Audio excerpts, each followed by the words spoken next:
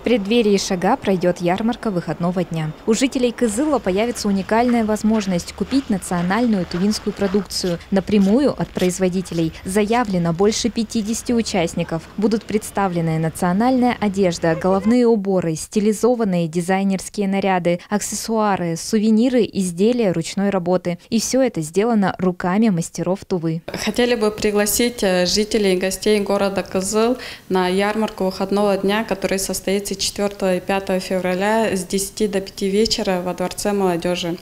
На ярмарке вы можете приобрести эксклюзивные изделия ручной работы и также посмотреть шоу-дефиле дизайнерских работ и презентации мастеров-ремесленников. Организаторами масштабного мероприятия стали Минэкономразвития Тувы, Фонд поддержки предпринимательства, Агентство по делам молодежи и Тувинское региональное отделение «Опоры России». Цель выставки-продажи – поддержать местных мастеров, открыть арт-площадку, на которой предприниматели смогут уверенно продвигать свои товары, проводить мастер-классы и дефиле. Я на ярмарке выставлю свои товары из кожи и из войлока, и одежда тоже будет.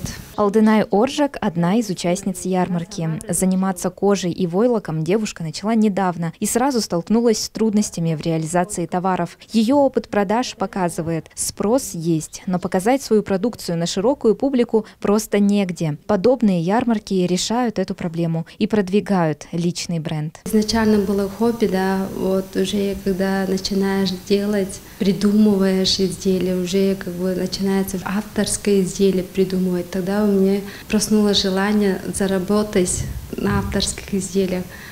И мне получилось. И мне было очень интересно не только деньги зарабатывать, но и как бы свою фантазию вытащить из головы и уже придумать это изделие. Мне вот это очень было интересно.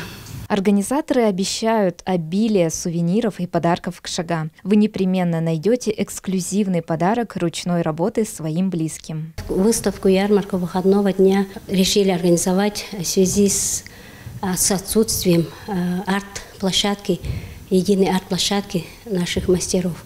Вообще для наших мастеров-ремесленников необходима региональная арт-площадка, где бы они могли создавать свою продукцию, давать мастер-классы, заниматься показами и в то же время реализацией своих изделий. Благодаря инициативе «Опоры России» ярмарка выходного дня будет проходить каждую последнюю субботу месяца. Первая выставка-продажа стартует 4 февраля во Дворце молодежи. Мария Стручкова, Культыгина Шина, 108 канал.